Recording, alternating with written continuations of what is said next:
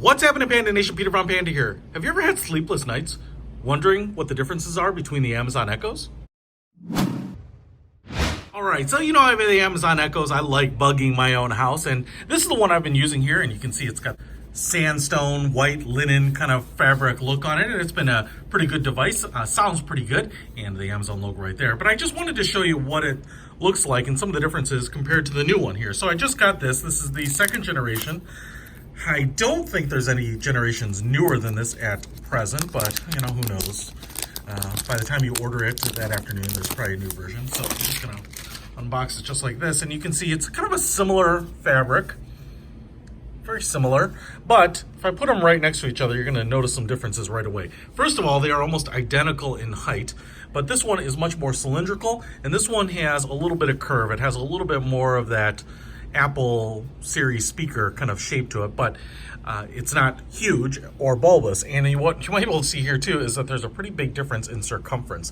The top panel here looks like it's almost maybe just a slight bigger, but it has this curved edge here, and then the body is much bigger. So if I'm holding it like this, you can see where my fingers go to, and if I hold this one, it goes much further around. Just a bigger, fatter device. And my hope is that means they put more speaker power in here, and it should sound even better. Now, you can see, again, black and white, obviously different tops, but, I guess I'll have to spin it like this. They've kind of changed the iconography on the mute button here, so now it's no longer a microphone. I don't know that that makes as much sense intuitively as the microphone does there. We have speaker holes, or microphone holes, all in the same places, it looks like. Positive, minus, the mode button right there. Now, I do want to show you here on the back, what we have is the aux out and the power port. And I want to show you that here, because here's the cord for this one and the one right here, because they are different. And so what I notice is that between these two cords, the power plug is much larger on the new one.